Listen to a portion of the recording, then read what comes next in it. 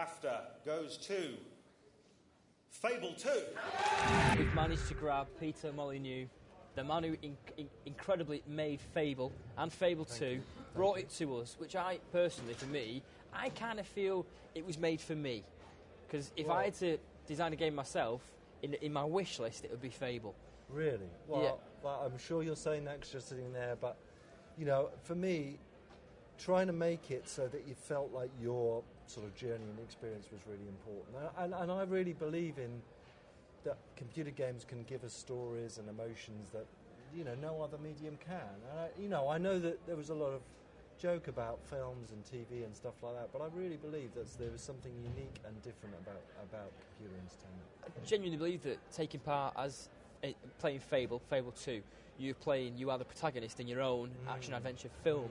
You're playing through the life of someone who you create, and you make social decisions, and you decide whether they're good, bad, they're fat, thin, tall, short. And I think it's that level of immersion.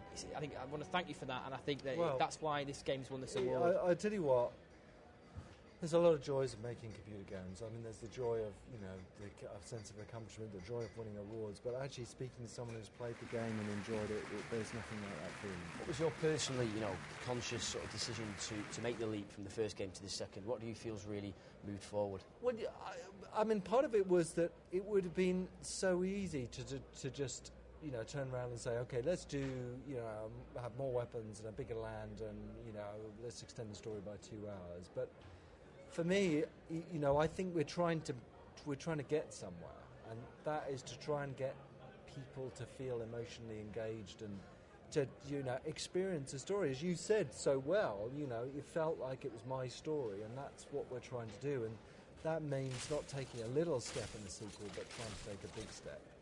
Now, Peter, in my opinion, one of the gaming godfathers, do you have any advice for anyone out there who would love to get involved in the industry? Well, the first thing to say is we desperately, desperately need you. I mean, we need that young talent, that enthusiasm and that drive more than we've ever done before. Because here's the thing, the computer game industry needs to invent new stuff more than ever before. You know, I think this year, 2009, is going to be the year that we turn around and say, hey, this is the moment when it really started happening. And although everyone here turns around and thinks we're successful, that's nothing compared to what we're going to be. So that's the first bit of advice.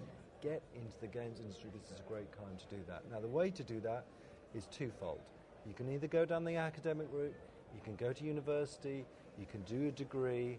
The better the university, the better your final your final marks are, the easier it'll be to get in the industry. That's one way to get in. You know, and if you want to be a programmer, go and do computer programming. If you want to be an artist, go and do art. The other way of doing it is join at a very, very junior level and pick your moment. Just become a tester in a company, pick your moment. Don't go in there and say your games are rubbish and you should rewrite them this way.